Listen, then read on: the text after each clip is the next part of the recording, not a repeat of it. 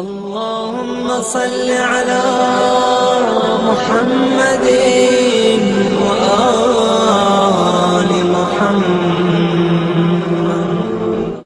اعوذ باللہ من الشیطان اللعین الرجیم. بسم اللہ الرحمن الرحیم. الحمد للہ وکفا وسلام علی عبادہ الذین اصطفیٰ. درود بھیجیے محمد و آل محمد.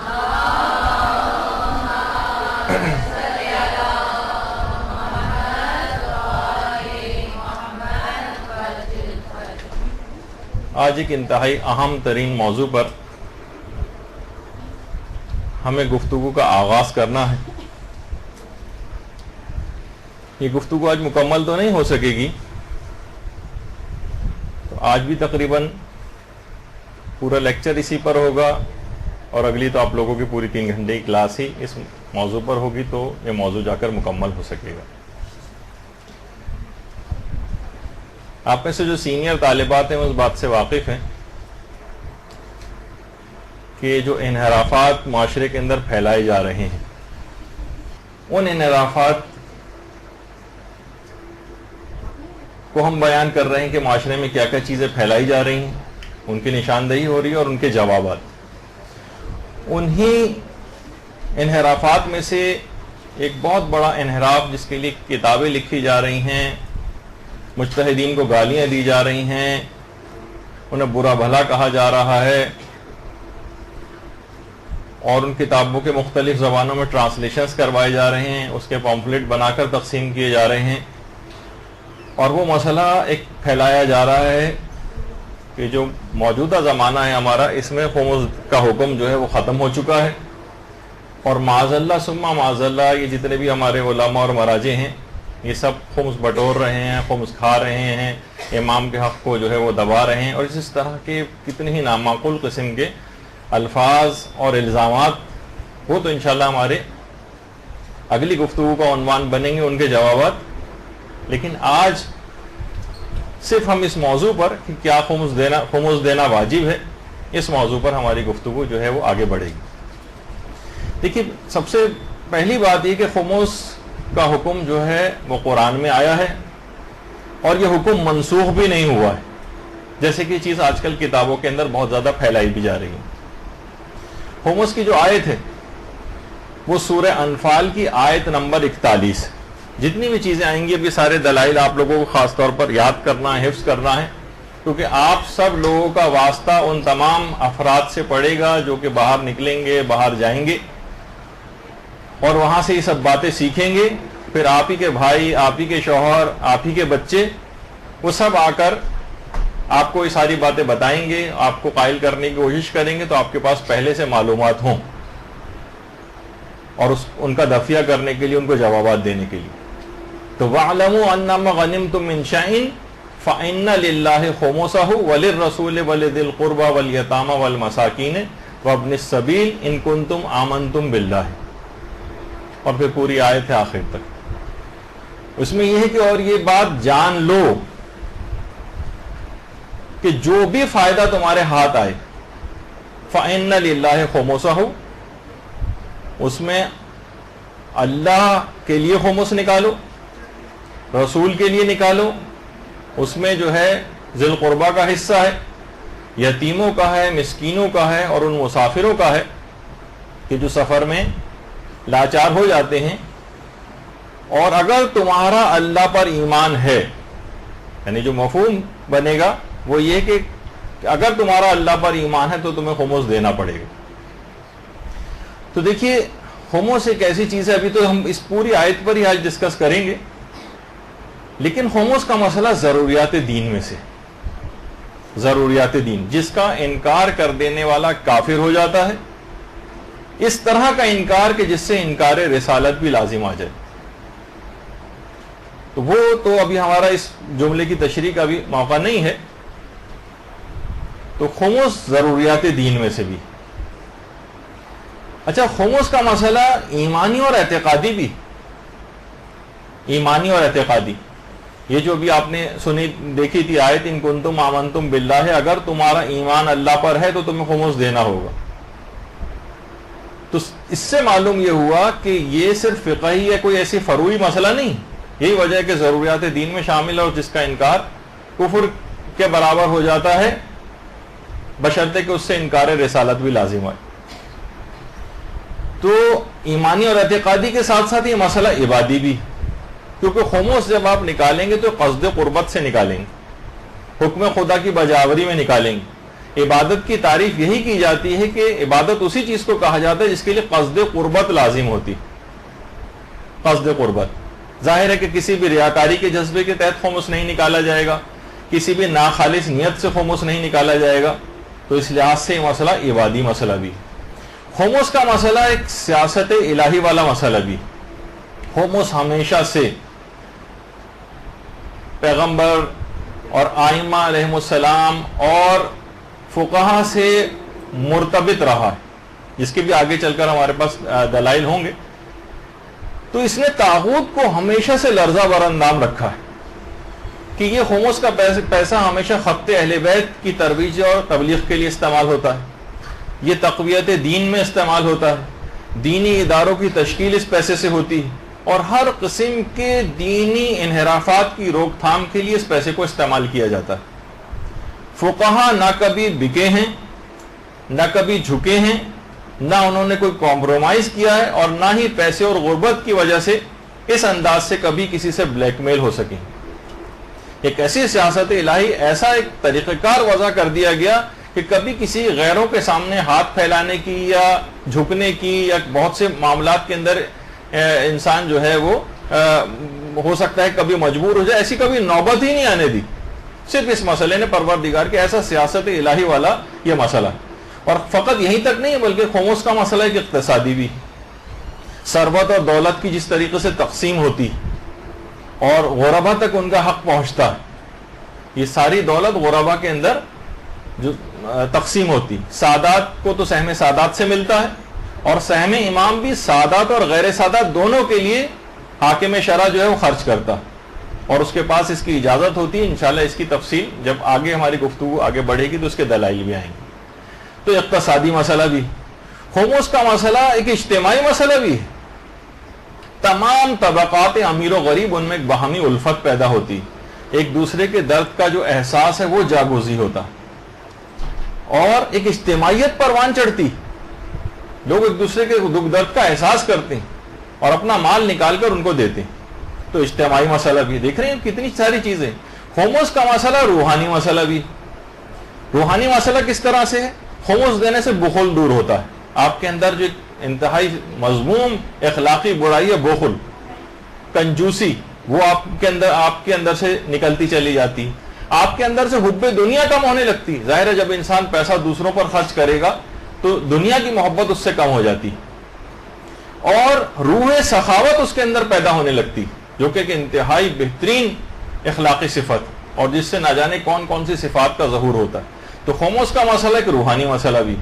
خمس مراجع اور مراکز سے رابطے کا ایک بہت بڑا سبب ہے، کتنا بڑا فائدہ ہے، اور غالباً یہ وہ واحد چیز ہے کہ باطل جس سے سب سے زیادہ خوفزدہ ہوتا ہے، اور لگتا ایسا ہے کہ جو اس وقت سب سے زیادہ مرجعیت کے خلاف یا خمس کے خلاف بات کر رہے ہیں لوگ، خمس کے خلاف جو بات ہو رہی ہے، وہ سب سے بڑا مسئلہ اس کے اندر مرجعیت کے ساتھ ایک ارتباط کا ہے، جس چیز کو یہ کاٹ کے رکھ دینا چاہتے ہیں کہ نہ آدمی ان کے پاس جائے گا، نہ ان سے رجوع۔ دیکھیے جب پیسے کے معاملے میں انسان ان سے رجوع کرتا ہے، ان کے اوپر اعتبار کر کے ان تک وہ چیزیں پہنچائے گا کوئی بھی شخص، تو اس کا مطلب یہ کہ دین کے دیگر باتوں کی طرف بھی انہی کی طرف رجوع کرے گا، انہی سے معلوم کرے گا۔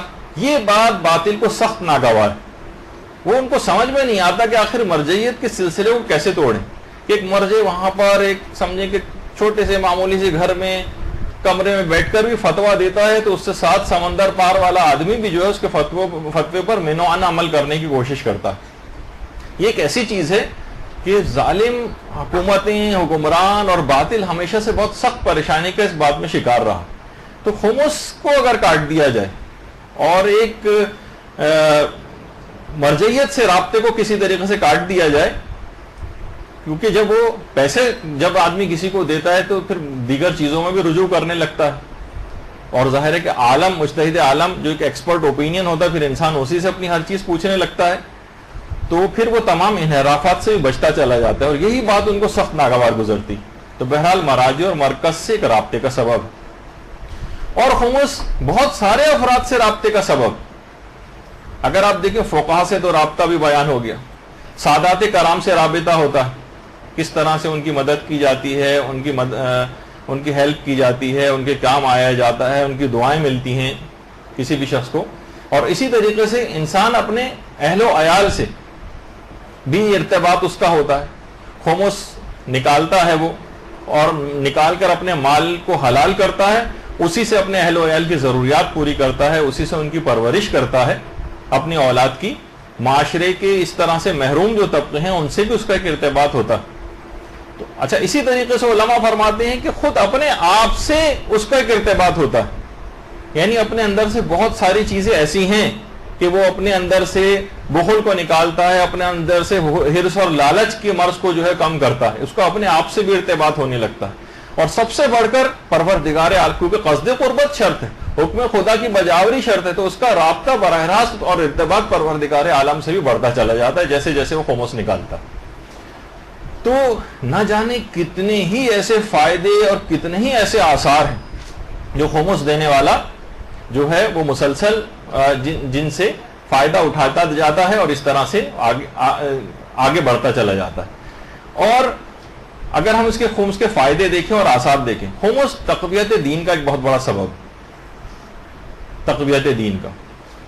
یہ خود یہ جو ہیڈنگ ایک لحاظ سے خمس تقویت دین کا سبب ہے، یہ خود ائمہ معصومین کے الفاظ ہیں باقاعدہ کہ اس سے دین کی مدد ہوتی، جو کہ آگے چل کر ابھی میں تیز رفتاری سے گزر رہا ہوں تاکہ اپنے موضوع پر جلد سے جلد جو ہے اس کو اختتام پذیر کیا جائے آج کے حد تک. دوسرا اس کا آثار اور فائدہ یہ کہ آپ کا مال پاک ہو جاتا ہے. اب آپ اطمینان سے اپنے مال کو استعمال کر سکتے ہیں. اب اس سے جو پرورش ہوگی اپنی اولادوں کی بالکل صحیح پرورش ہوگی، اور ان کی پرورش میں وہ آثار بھی نظر آئیں گے کہ جو کہ مال حلال کے حامل افراد کی جو پرورش کے آثار ہوتے ہیں وہ ان کے اندر نظر آئیں گے مال پاک ہونے کے بعد. آج کل کے دور میں بہت سارے والدین جو اپنے بچوں کے حوالے سے بہت زیادہ پریشان ہیں. اس میں ایک وجہ یہ کہ شاید کمی معلومات کی وجہ سے کچھ ایسے اموال، جیسے کہ وہ پچھلے خوابوں والی گفتگو کے اندر بھی بات آئی تھی کہ مستحق تک صحیح طور پر جو ہے وہ زکوٰۃ کو پہنچا نہیں رہا تھا، وہ صحیح انداز سے نہیں نکال رہا تھا، اور بہت ساری شرائط کا خیال نہیں کر رہا تھا. تو بہت ساری چھوٹی چھوٹی چیزیں ایسی ہیں کہ اگر ہم ان کی ڈیپتھ کے اندر جائیں تو ہم پتہ چلے گا کہ ان پر تو خمس واجب تھا، ہم نکالتے نہیں رہے اور وہی اولادوں کو کھلاتے رہے. تو وہ بگاڑ اور خرابی وہ جو ہے وہ ان کے اندر پیدا ہوتی چلی جاتی. یہ کچھ خاص آواز آ رہی ہے اس طرح کی؟ اچھا ٹھیک. تو مال جو ہے وہ پاک ہو جاتا ہے. اچھا، اسی طرح سے اس کے بعد کہ رسول اور ائمہ سے اس کی وفاداری ثابت ہوتی، جیسے کہ آگے چل کر ہمارے 8ویں امام علی رضا علیہ الصلوۃ والسلام، اللہم صل علی محمد ان کی ایک حدیث آگے چل کر ہم بیان کریں گے. جب امام نے خراسان سے آئے ہوئے لوگوں سے کہا تھا کہ تم زبان سے تو ہمارے بہت محب بنتے ہو مگر ہمیں ہمارا خمس نہیں دینا چاہتے. یعنی ائمہ سے وفاداری ثابت ہوتی ہے. جو شخص بھی رسول اور ائمہ جو بھی خمس دیتا ہے وہ ایک لحاظ سے ان کا وفادار اپنے آپ کو ثابت کرتا ہے، ان کا حق ان کو دے رہا ہے. اسی طرح سے مخالفین سے آبرو کی حفاظت کی جاتی ہے. یہ خود بھی امام معصوم کا جملہ ہے کہ خمس سے ہم اپنے مخالفین سے اپنی آبرو کی حفاظت کرتے ہیں. اور آپ دیکھیں یعنی واقعی کسی سے مانگنے کی ان کو ضرورت پیش نہیں آتی، نہ اداروں کو مانگنے کی. اگر ہر لوگ تمام افراد صحیح طور پر اپنے اپنے خمس نکال کے اور انہیں جو ہے وہ مرجع تک پہنچائیں تو دینی ادارے اور یہ سب کسی کے سامنے ہاتھ پھیلانے کی ضرورت بھی باقی نہ رہے، نہ سادات کرام کو ضرورت باقی رہے. تو اس سے آبروؤں کی بھی حفاظت ہوتی. اسی طرح سے اجر رسالت ادا ہوتا ہے، یعنی غریب سادات کا جو فقر ہے وہ دور ہوتا ہے. غریب سادات کا ان کی ضروریات جو ہیں وہ پوری ہوتی. آپ سوچیے کہ آپ دماغ میں تصور لے کر آئیں کہ ایک عام آدمی کی جو آپ ہیلپ کرتی ہیں اور مدد کرتی ہیں اس کا کتنا اجر و ثواب بتایا گیا روایت. اور جو شخص ذریت رسول میں سے ہو، جو سادات میں سے ہو، اور سہم سادات سے ظاہر سادات کی ضروریات پوری ہوں گی، یا خمس جو آپ پورا نکالیں گے تو سہم امام سے غیر سادات کی ضروریات بھی پوری ہوتی وہ، لیکن وہ مرجع خود سے اجازتیں دیتا ہے، خود تقسیم کرتا ہے، وہ اس کی اتھارٹی ہوتی ہے. ہم خود سے خیر سہم امام جو ہے غیر سادات پہ خود سے خرچ نہیں کر سکتے، کیونکہ اس کا حق ہے. آگے چل کر ہم دلائل سے اس بات کو ثابت بھی کریں گے. تو اس سے بہرحال کیا ہے، اجر رسالت ادا ہو رہا ہے. اس پیغمبر 14 سال گزرنے کے بعد بھی ہم ذریت رسول کا ویسا ہی احترام کر رہے ہیں، ان کو ہر طرح کی سہولت پہنچانے کی کوشش کر رہے ہیں، ان کی غربت کو دور کر رہے ہیں. تو یہ ایک بہت بڑا فائدہ. اچھا، اسی طرح سے خمس جو ہے وہ گناہوں کا کفارہ ہے. یہ بھی روایت میں آیا ہے کہ جیسے جیسے آپ خمس نکالتی چلی جاتی ہیں ویسے ویسے آپ کے گناہ جھڑتے چلے جاتے ہیں. یہ ایک ایسی ایک چیز ہے جس کا واقعتاً فائدہ آخرت کے اندر ہی حقیقتاً جا کر پتہ چلے گا. اور بہت سی ساری روایت میں اس بات کا تذکرہ آیا کہ خمس دینے سے گناہوں کا کفارہ ہو جاتا ہے. خمس آخرت کے لیے ذخیرہ ہے. اس ذخیرے کو اپنے نامہ اعمال کو جب بھرا ہوا پائے گا اجر و ثواب اور نیکیوں سے، تو پھر اس کو اندازہ ہوگا کہ ارے یہ جو معمولی سے تھوڑے تھوڑے پیسوں کا بھی میں خمس نکالتا تھا، جتنا واجب ہوتا تھا اتنا نکال دیتا تھا، چاہے وہ مال قلیل ہی چاہے کتنا کیوں نہ ہو، لیکن اس کا اجر و ثواب بے انتہا اتنا زیادہ کہ حیران رہ جائے گا وہاں آخرت میں. اسی طرح سے خمس جنت کی ضمانت. ہمارے 5ویں امام محمد باقر علیہ الصلوۃ والسلام فرماتے ہیں، اللہم صلی علی محمد وعلی، وہ فرماتے ہیں کہ میں اور میرے والد چوتھے امام زین العابدین علیہ الصلوۃ والسلام، اللہم صلی علی محمد وعلی،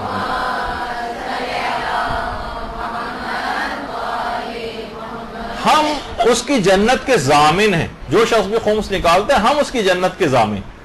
اور خمس دینے سے امام معصوم کی دعائیں ملتی. جب بھی ایک روایت کے اندر جس کا آگے چل کر کافی تجزیہ اس پر ہم کریں گے کہ خمس نہ دے کر امام فرماتے ہیں کہ خود کو ہماری دعاؤں سے محروم نہ کرو. خمس نہ دے کر اپنے آپ کو ہماری دعاؤں سے محروم نہ کرو. اس کا مطلب ہے خمس دینے سے امام کی دعائیں ملتی. اور آپ کو پتہ ہے کہ امام کی دعا ملنے کے معنی ہے کہ یقینی قبولیت. امام آپ کے حق میں خود ہاتھ اٹھا کر دعا کر دیں، ناممکن ہے کہ وہ دعا جو ہے وہ قبول نہ ہو، ممکن ہی نہیں. اسی طریقے سے خمس ادا کرنا رزق کی ایک چابی. کبھی آپ پابندی سے خمس نکال کر دیکھی، آپ کے خود بخود مال کے اندر اضافہ ہوتا چلا جائے گا. خمس بچانے کے طریقے نہ پوچھیے کہ کون سے ایسے طریقہ کار استعمال کیے جائیں کہ ہم خمس ہم جو بچ جائے اور ہم کسی کو اگر گفٹ کر دیں اور اس گفٹ کو کرنے کے بعد پھر دوبارہ اپنی بیوی سے وہ چیز واپس لے لیں. اور بہت سارے ہیلے اور بہانے سے لوگ سوچتے ہیں کہ شاید ہمارا مال اس سے کم ہو جائے گا. خمس رزق کی چابی ہے. امام نے فرمائی یہ بات، خمس ادا کرنا. تو یہ ہمارے 8ویں امام علی رضا علیہ الصلوۃ والسلام کا ارشاد، اللہم صلی علی محمد وعلی محمد. خمس سے زندگی میں مالی نظم و ضبط آتا. انسان اپنا حساب و کتاب کرنے لگتا ہے کہ میں جو ہوں کتنا میں نے اس سال جو ہے وہ فائدہ کمایا اپنے زندگی کی، بہت ساری چیزیں کون سی بغیر استعمال کی پڑی ہوئی ہیں. انسان ان کی طرف متوجہ ہوتا ہے، کسی اور کو دے دے اس سے پہلے کہ مثلا جو ہے خمس واجب ہو، بہت سی چیزیں اگر استعمال نہیں کی ہیں اس نے، تو بہت سارے یعنی زندگی کا حساب کتاب اس کے پاس آنے لگتا ہے. وہ کاپی مینٹین کرنے لگتا ہے، اپنے اکاؤنٹس کو دیکھنے لگتا ہے، چھوٹی چھوٹی چیزوں کا حساب کرنے لگتا ہے. الماریوں کو کنگال کے دیکھنا پڑتا ہے کوئی ایسی چیز تو نہیں ہے کہ ڈیٹ ہماری آنے والی ہے اس کے اوپر خمس واجب ہو جائے اور وہ بغیر استعمال کی ہمارے پاس پڑی ہوئی. تو اور سب سے بڑھ کر یہ ہے کہ امام خمس دینے والے کی نماز جنازہ میں خود شریک ہوتے ہیں. اللہم صلی علی محمد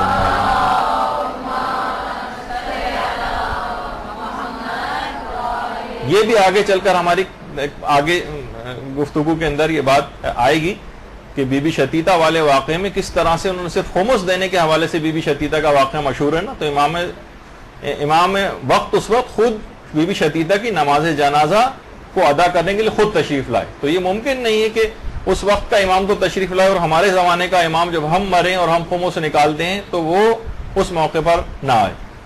تو بہرحال اچھا، اب جو خمس نہیں ادا کرتا وہ ایک لحاظ سے غاصبین فدق کی صف میں شامل ہونے لگتا.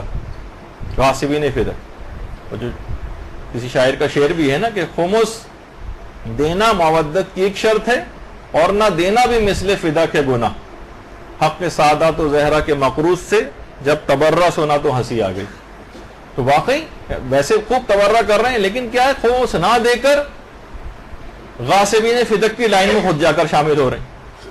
خمس سے جو ترویج دین ہوتی اور دینی مراکز جس طریقے سے پروان چڑھتے بہت سارے افراد ایسے ہیں جو اس طرح کی بہت ساری کتابیں لکھ رہے ہیں اور 4-4 5-5 صفحات صرف ہومس کے پر لکھ کر بہت بڑا سوچتے ہیں کہ ہم نے شاید اس مسئلے کو جو ہے وہ حل کر دیا ہے. اب میں اس کے بعد اگلی گفتگو میں انشاءاللہ میں وہ تمام کتابیں اور جو خمس کے موضوع پر استدلالی علماء لکھ گئے اور ایک ایک بات کا جواب دے کر چلے گئے، وہ سب کتابوں کے ٹائٹل بھی آپ کو دکھاؤں گا، ان کی سب چیزیں ان کے متعلق بتاؤں گا.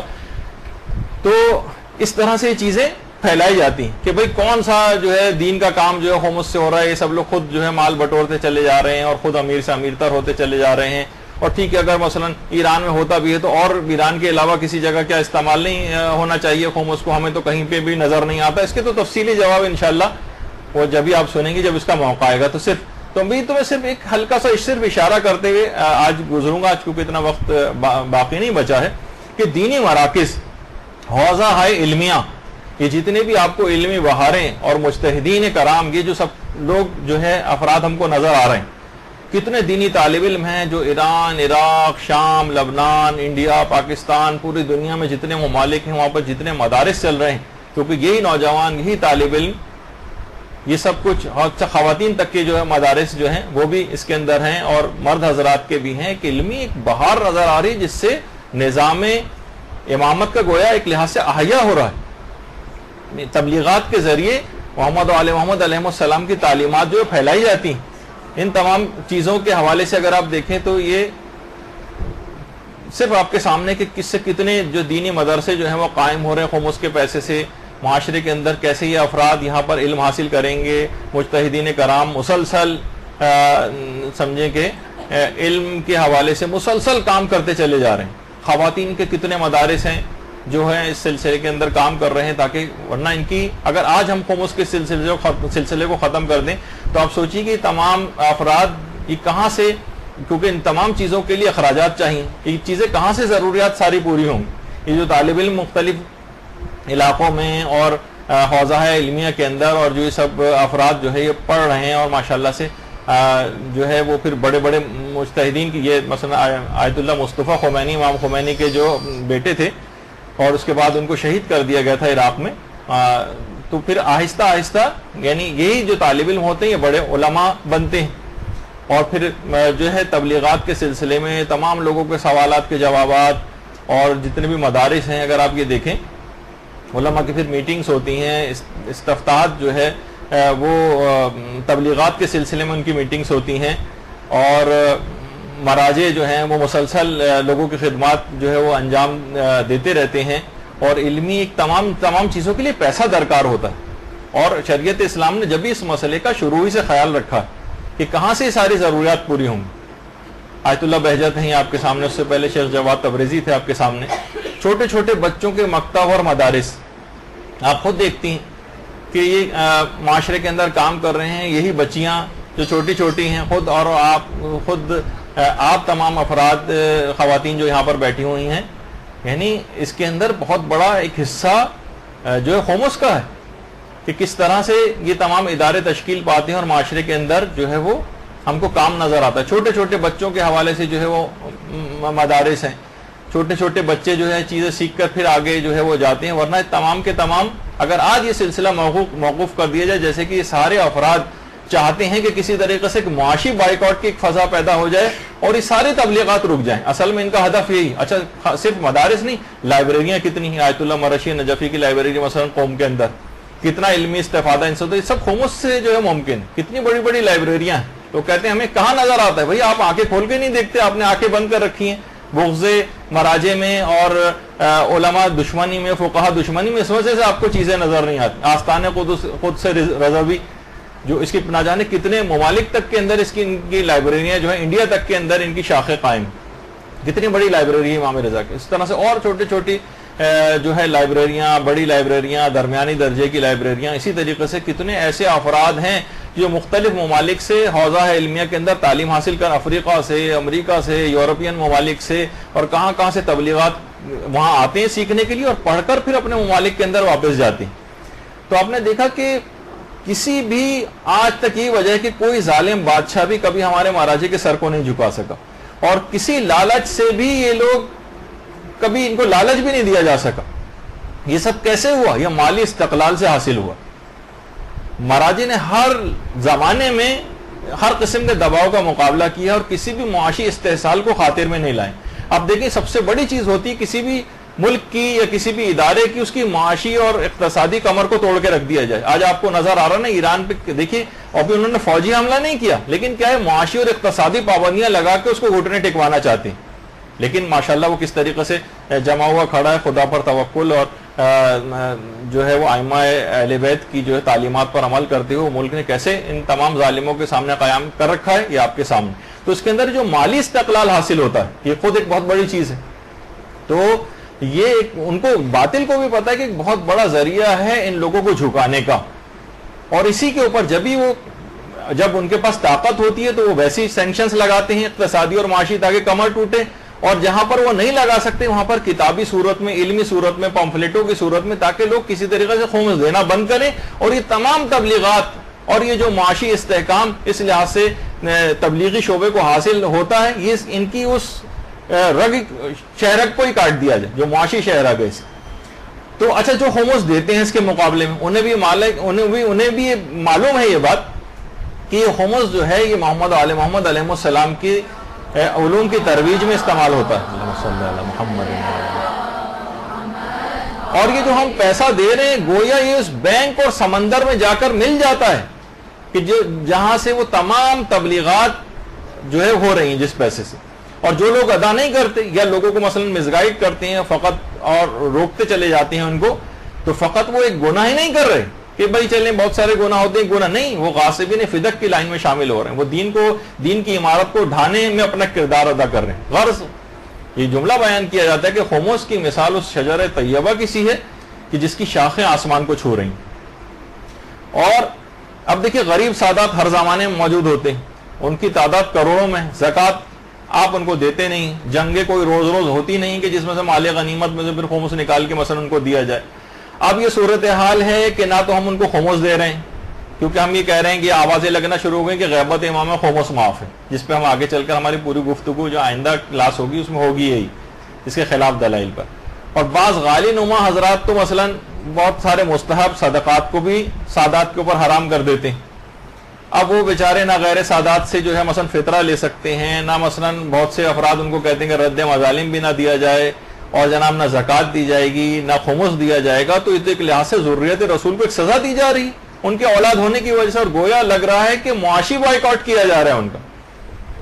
تو یہ تمام چیزیں جو آپ کو سمجھنا پڑیں گی, اور یہ تیز رفتاری کے ساتھ اس پر کام ہونا شروع ہو گیا. آپ کے علم میں یہ باتیں یوں لانا ضروری ہے کہ خواتین زیادہ تر عام طور پر اس طرح کی چیزوں میں انٹرسٹ نہیں لیتی, لیکن بعد میں جب وہی خواتین اپنے ان کے گھر میں نوجوان لڑکے باہر نکل رہے ہیں, افراد باہر نکل رہے ہیں, آفیسز جا رہے ہیں, ایسے افراد سے ان کا رابطہ ہوتا ہے تو وہ نظریات کے حامل ہو کے گھر واپس آ رہے ہیں, خمس نہیں نکال رہے. اب وہ پریشان ہوتی ہیں کہ بھئی یہ تو ہماری اولاد اسی طریقے سے ضائع ہوئی چلی جا رہی ہے اور جو ہے وہ مال حرام ان کے اندر جا رہا ہے. پھر پریشان ہوتی ہیں تو ظاہر معلومات اتنی انف ہوتی نہیں ان کے پاس, اتنی کافی معلومات کی جس سے ان کو جوابات دیے جا سکیں. اس وجہ سے بھی آپ کو یہ سب باتیں بتائی جا رہی ہیں. اچھا اب اگر ہم جو آیت خمس دیکھیں, اب ذرا ہم اس کو دیکھ لیں کہ وَعَلَمُوا أَنَّمَا غَنِمْتُم مِّن شَيْءٍ, یہ جو سورہ انفال کی آیت نمبر 41 ہے, اس پہ سب سے پہلا اعتراض تو اس بات کا کیا جاتا ہے کہ خمس کی فقط قرآن میں ایک آیت ہے, ایک, جبکہ زکوٰۃ کی جو ہیں 20 آیتیں. اچھا زکوٰۃ جبکہ مخصوص اشیاء کے اوپر ہوتی ہے لیکن اس کی اتنی ساری آیتیں, خمس ہر چیز ہر منافع کے اوپر ہوتا ہے, تو اس کا تذکرہ زیادہ کیوں نہیں آیا, فقط ایک آیت کی حد تک پروردگار کیوں رہ گیا؟ اس وجہ سے ہم اس کو خمس کے اس حکم کو نہیں مانیں گے. کچھ افراد کا یہ بھی کہنا. تو سب سے پہلے بات کہ ہم اس کا جواب یہ دیں گے کہ اگر خمس کی فقط ایک آیت ہے تو کیا ایک آیت قابل عمل نہیں ہوتی؟ مثلا قیامت میں اگر پروردگار ہم سے پوچھے تو کہ تم نے خمس کیوں نہیں نکالا تو کیا قیامت میں ہم یہ کہہ سکیں گے کہ پروردگار تم نے فقط ایک ہی تو آیت نازل کی تھی؟ یہ تو نہیں ہوگا نا. تو چاہے ایک آیت ہی کیوں نہ ہو, لیکن اچھا اس پہ ہماری یہ بھی اب ہر چیز میں مجھے بار بار یہ کہنا پڑ رہا ہے کہ آگے آئے گا, لیکن آج کیونکہ صرف ایک تمہیدی لحاظ سے گفتگو ہو جائے, ورنہ اس پہ بھی ہم اگلی دفعہ دلائل پیش کریں گے کہ قرآن میں کتنی بار کون سی چیز آئی ہے, کیا یہ کوئی کرائیٹیریا ہے اس کی اہمیت بیان کرنے کے لیے. اب کہا جائے کہ حضرت موسیٰ کا 20 سے زائد دفعہ ذکر آیا اور پیغمبر اسلام کا نام فقط 3 مرتبہ آیا, تو ہم کیا یہ بات کہہ سکتے ہیں کہ حضرت موسیٰ ان سے افضل ہوگا کہ ان کا زیادہ دفعہ ذکر آیا قرآن میں؟ ایسا تو نہیں ہوگا نا. تو اس پہ بہرحال انشاءاللہ ہماری جو ہے آئندہ گفتگو کے اندر بات آئے گی. تو ایک آیت اب بھی اگر ہے تو دیکھیں بہت سارے شرعی احکام ایسے ہیں جن کے لیے قرآن میں فقط ایک ایک آیت ہے. بہت سارے مسائل، کچھ علماء جیسے کہتے ہیں کہ مثلا طلاق کے مسئلے میں کہتے ہیں بات قصاص کی اور حدود کی، بہت ساری احکام ایسے ہیں جن کے لیے فقط ایک ایک آیت ہے.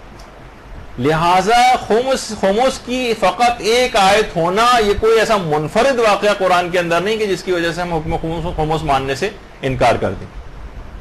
اچھا، قرآن میں ایک بات اور یاد رکھ لیجئے کہ قرآن میں جو زکوٰۃ کا لفظ آیا ہے یہ مخصوص فریضہ واجبی جو زکوٰۃ ادا کی جاتی ہے، زیادہ تر جگہوں پہ اس میں زکوٰۃ ان معنوں میں استعمال ہی نہیں ہوا، بلکہ ہر قسم کے مال کو خرچ کرنے کے معنوں میں استعمال ہوا.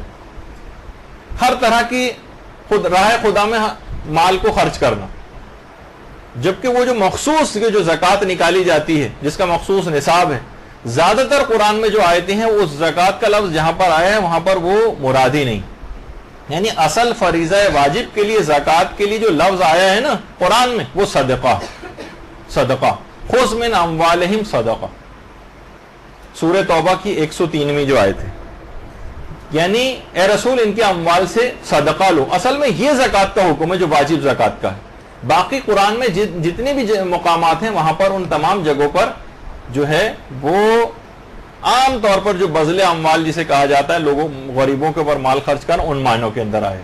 جیسے علم سکھانا بھی زکوٰۃ ہے. علم کی زکوٰۃ کیا ہے؟ علم کا سکھانا. بھٹکے ہوئے کو ہدایت دینا، اس کو بھی زکوٰۃ کہا گیا ہے.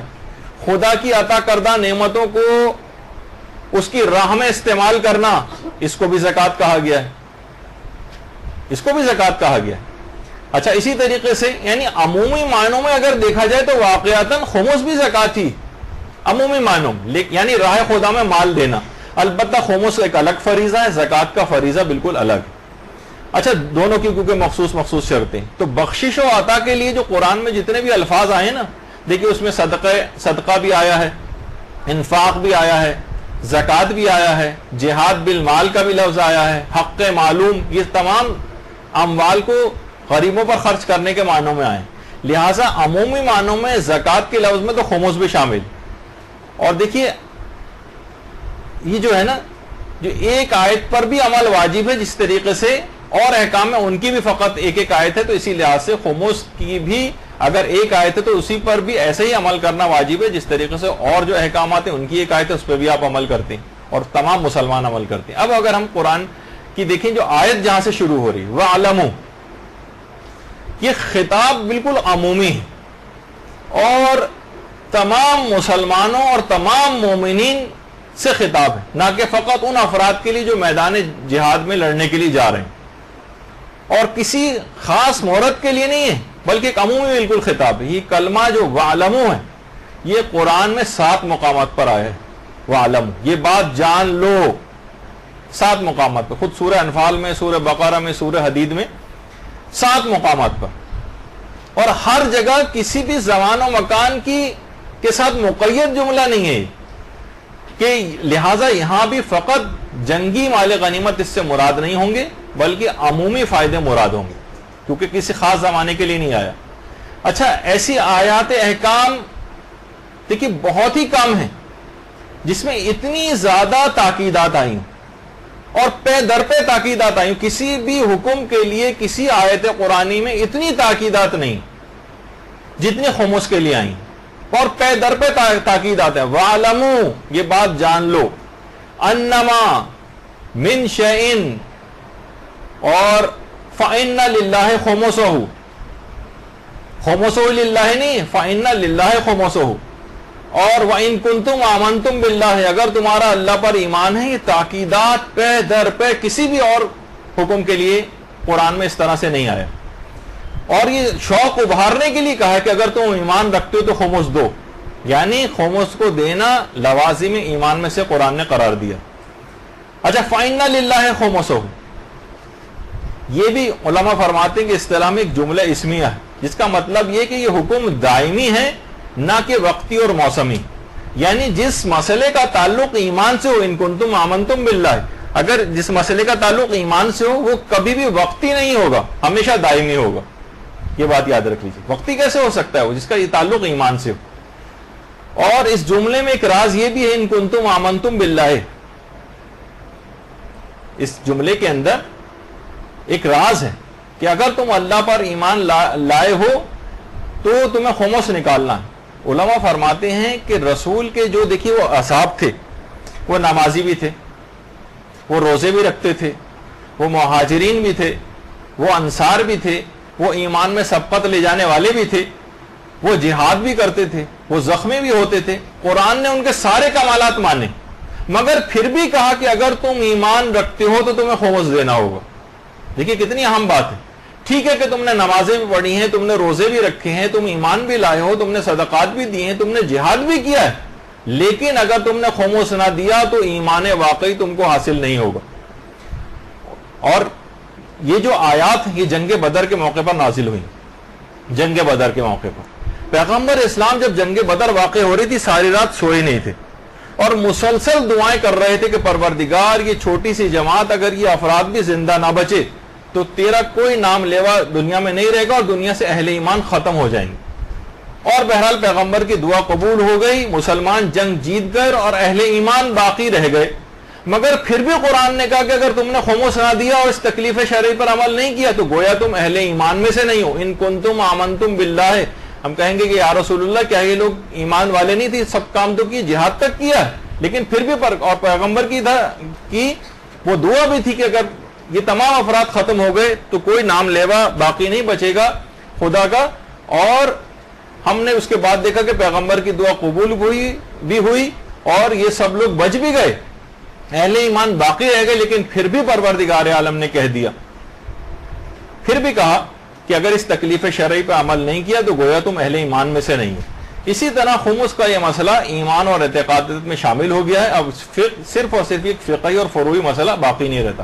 اور ایک تو جملہ بہت اچھا تفسیر فصل الخطاب میں آیت اللہ علی نقی نقن صاحب نے کہا ہے کہ یہ الفاظ تحدیدی طور پر نازل ہوئے کہ اگر تم ایمان رکھتے ہو، جیسے آپ کہتے ہیں نا، کہہ رہے بھائی تم میں ایمان کی ذرہ برابر بھی اگر رمق باقی ہے نا تو تم یہ کام کر کے دکھاؤ. فرماتے ہیں کہ یہ تحدیدی الفاظ کہ اگر تم ایمان رکھتے ہو، یہ مستقبل کو دیکھتے ہوئے پروردگار عالم نے کہیں کہ باوجود دعوی اسلام کے، باوجود دعوی ایمان کے، مسلمانوں اور مومنین کی آیت اس قرآنی حکم پر خط تنسیخ کھینچ دے گی اور اس پر عمل کو معطل کر دے گی. اس وجہ سے پروردگار نے پہلے ہی سے اس مستقبل کو دیکھتے ہوئے اس قسم کے الفاظ رکھیں کہ تم کو اگر تمہارے اندر ایمان ہے تو تم کو خمس دینا. تو دیکھیے صرف ایک آیت کے اندر کتنے سارے ہمارے پاس جو ہے پیغامات جو ہے وہ آ رہے ہیں. اچھا اسی طریقے سے غنمتم من شیء وَاعْلَمُوا أَنَّمَا غَنِمْتُم مِّن شَيْءٍ پھر فَإِنَّ لِلَّهِ خُمُسَهُ، جو بھی تمہیں فائدہ حاصل. اچھا غنیمتم کی بحث میں بھی کچھ افراد یہ بات کہتے ہیں، کیا کہتے ہیں، ایک اعتراض کرتے ہیں کہ دیکھیے آیت خمس کا سیاق و سباق جو ہے نا، جو وَاعْلَمُوا أَنَّمَا غَنِمْتُم، یہ جنگ سے متعلق ہے، لہذا غنیمتم سے مراد مال غنیمت ہوگا، یعنی جنگ میں جو مال غنیمت ہے اس کا فقط خمس دو. یہ عمومی زندگی میں خمس نکالنے کا مسئلہ نہیں. ایک اعتراض کیا جاتا ہے اس پہ. اس کا جواب ہم یہ دیتے ہیں کہ یہ صحیح ہے کہ یہ آیتیں جہاد کے مال غنیمت کا جو خمس نکالا جاتا ہے، ایک موقع یہ بھی ہے جہاد، یعنی جو جہاد میں مال غنیمت حاصل ہوتا ہے اس کا خمس بھی نکالا جاتا ہے. لیکن بہت سارے موارد ایسے ہیں کہ جہاں سنت معتبرہ سے اور احادیث معتبرہ سے یہ بات ثابت ہے کہ اس کے علاوہ بھی بہت سارے اموال ایسے ہیں عمومی زندگی میں جن کا خمس نکالا جاتا ہے. اچھا دیکھیے قرآن میں دیکھیے بہت سارے احکامات ایسے ہیں کہ قرآن نے اجمالاً ذکر کیے، تفصیل ساری اور شرطیں حدیثوں کے اندر آئیں. مثلا قرآن میں نماز پنجگانہ کا تذکرہ صریحتاً آیا ہے. اچھا واجب نمازیں کتنی ساری آپ پڑھتی ہیں توضیح المسائل میں کہ واجب نمازیں مثلا ان کی تعداد 6. تو واجب نمازوں میں نماز پنجگانہ کے علاوہ دیکھا جائے جو نماز طواف ہے فقط اس کا تذکرہ ہوا. لیکن ایک نماز اور بھی ایسی کہ جو شیعہ بھی مانتے ہیں اور غیر شیعہ حضرات بھی سب لوگ مانتے ہیں، اور وہ ہے نماز آیات. قرآن میں نماز آیات کا کہ واجب ہونے کا کوئی حکم موجود نہیں، لیکن مانتے سب ہیں۔ تو اب کون ہے جو یہ بات کہے کہ کیونکہ قرآن میں اس کا تذکرہ نہیں آیا ہے اور فقط سنت رسول میں آیا ہے لہٰذا ہم اس پر عمل نہیں کریں گے؟ کبھی کوئی کہہ سکتا ہے یہ بات؟ کوئی نہیں کہہ سکتا۔ دیکھیں قرآن میں بہت سارے غسلوں کا تذکرہ آیا ہے، بلکہ قرآن میں ایک لحاظ سے دیکھیں تو بعض غسلوں کا تذکرہ ہے، بعض کا نہیں ہے۔ تو کیا آپ فقط کہیں گے کہ جو قرآن میں آئے ہیں فقط ان کو مانیں گے، اس کے علاوہ جو احادیث معتبرہ میں آئے ہیں ان کو نہیں مانیں گے؟ تو لہٰذا خمس کا فقط ایک حکم قرآن نے بیان کیا ہے، باقی جو ہے وہ سنت سے بیان ہوا۔ تو وہاں پہ آپ کو احادیث معتبرہ دیکھنی پڑیں گی، ایک پہلو قرآن نے دیا ہے، ایک پہلو حدیث نے دیا، ایک پہلو کو قرآن سے لے لیں، ایک پہلو کو سنت سے لے لیں، تو اس میں کوئی مسئلہ نہیں۔ تو بہت سارے افراد یہی بات کہتے ہیں کہ آیت خمس کا سیاق و سواق اصل میں جنگ و جہاد ہے، جنگ و جہاد ہے۔ اگر ہر فائدہ اس سے مراد ہوتا تو جنگ کی آیات کے ساتھ یہ بات بے ربط ہے بالکل۔ تو اس کا جواب ہم یہ دیتے ہیں کہ بے ربط ہونے کا خوف اس وقت ہوتا کہ جب ہم یہ کہتے ہیں کہ جنگی مال غنیمت اس میں شامل نہیں ہے۔ ہم یہ نہیں کہتے، ہم یہ کہتے ہیں جو جنگ میں مال غنیمت ہوتا ہے اس پر تو خمس ہوتا ہی ہوتا ہے، لیکن دوسرے فائدے بھی اس میں شامل ہیں جو کہ احادیث معتبرہ میں آئے ہیں، لہٰذا آیت کے بے ربط ہونے کا ہمیں کوئی خوف نہیں۔ اور ہم آپ کی بات کو اس وقت مانتے، جو معترضین ہیں یہ آپ کے پاس آئیں گے، آپ کے گھر والے، آپ کے بیٹے، آپ کے شوہر، آپ کے دیگر رشتہ دار آ کر آپ سے بحثیں کریں گے اس متعلق، کیونکہ یہ باتیں ان کو سکھائی جا رہی ہیں۔ وہ یہ آ کر کہیں گے جب یہ والی بات، تو آپ ان سے کہیں کہ ہم یہ بات آپ کی اس وقت مانتے جب قرآن میں جہاں جہاں غنیمت کا لفظ آیا ہے ہر جگہ جنگی مال غنیمت شمار قرآن خود کرتا، پھر ہم یہ کہتے کہ ہاں واقعی جب ہر جگہ مال غنیمت کے معنوں میں آیا ہے تو غنیمتم سے مراد جو ہے وہ صرف اور صرف جنگ کا مال غنیمت بھی ہے۔ لیکن ہم دیکھتے ہیں کتنی قرآنی آیتیں ایسی، فَعِندَ اللَّهِ مغانم کثیرہ، جو سورہ نساء کی آیت نمبر 94، اور خدا کے پاس بکثرت فائدے پائے جاتے ہیں۔ یہاں بھی دیکھیے مغانم کا لفظ آیا ہے، کیا اس کے معنی نہیں کہ خدا کے پاس بہت سارے جنگ کے مال غنیمت پائے جاتے ہیں؟ نہیں، عمومی فائدوں کی بات ہو رہی، یعنی خدا کے یہاں پہ مغانم سے مراد خدا کا فضل ہے جو ہر نعمت کو شامل۔ اگر مغانم فقط اور فقط جنگی مال غنیمت سے مربوط ہوتا تو خدا کو چاہیے تھا کہ اس آیت میں یہاں پر مغانم کے علاوہ کوئی اور لفظ رکھنا چاہیے تھا، تو پھر ہم ان کا موقف صحیح مان لیتے، ان کا موقف جو ہے پھر صحیح مان لیتے۔ لیکن جب خود قرآن میں خدا نے دوسرے معنوں میں بھی غنیمتم کا لفظ استعمال کیا ہر فائدے کے معنوں میں، تو پھر ہم کون ہوتے ہیں اس کو مخصوص کرنے والے؟ اگر ہم اس وقت صحیح مانتے کہ اگر آیت یوں ہوتی وَعَلَمُوا أَنَّمَا غَنِمْتُم مِّن شَيْءٍ فِي دَارِ الْحَرْبِ، تو پھر ہم کہتے کہ ہاں آپ کی بات صحیح کہ یہاں پر صرف اور صرف جنگ کے لحاظ سے بات ہو رہی، تو پھر ہم کہتے کہ ہاں آیت کے اندر واضح طور پر یہ بات آئی ہے۔ لیکن جب آیت مطلق ہے اور اس میں کوئی قید نہیں ہے اور قرآن کی دیگر آیتوں سے بھی بات ثابت ہوتی ہے، تو پھر ہم خود کون ہوتے ہیں اس کو جو ہے محدود کرنے والے؟ اب خواہ وہ میدان جنگ ہو یا زندگی کا عام میدان ہو، ان سب میں جو فائدہ بھی حاصل ہو اس کا خمس دو۔ جب یہ قید خدا ہی نے نہیں لگائی تو پھر ہم کون ہوتے ہیں قید لگانے والے کہ فقط اور فقط جنگی مال غنیمت کا خمس دینا پڑے گا؟ اچھا، خالی یہ نہیں بلکہ ہمارے کتنے برادران اہل سنت ہیں جو کہ ظاہر ہے کہ خمس کے اس لحاظ سے قائل نہیں ہیں، لیکن وہ بھی بعض اوقات یہی پریشانی ان کو بھی ہوتی ہے کہ کتنی ہی روایات ایسی ہیں کہ جنگ کے مال غنیمت کے علاوہ بھی بہت ساری حدیثیں ایسی ہیں کہ جس پہ وہ روایات کے اندر خمس جو ہے کا حکم آیا ہے۔ مثلا پیغمبر نے فرمایا کہ کھوئے ہوئے حیوان، کنویں سے نکلے ہوئے مال اور معدن پر کوئی خمس نہیں ہے، لیکن سونے اور چاندی کی کان پر خمس ہے۔ اب سونے اور چاندی کی کان کوئی جنگی مال غنیمت کے طور پر تو نہیں ملتی ہے، تو کبھی بھی کسی کو حاصل ہو سکتی ہے، اور اس روایت کے اندر کوئی اس قسم کی قید بھی نہیں۔ تو اگر یہ صرف جنگی مال غنیمت سے یہ آیت مخصوص ہوتی تو پھر یہ احادیث الگ سے کیوں آئیں؟ اور صرف یہی نہیں بلکہ یعنی خزانے کے اندر جو خمس ہے، مسند احمد ابن حنبل بھی ہے، سنن ابن ماجہ میں بھی ہے، اور مختلف صحیح مسلم وغیرہ اور دیگر کتب احادیث کے اندر بھی یہ بات آئی۔ تو اچھا، اب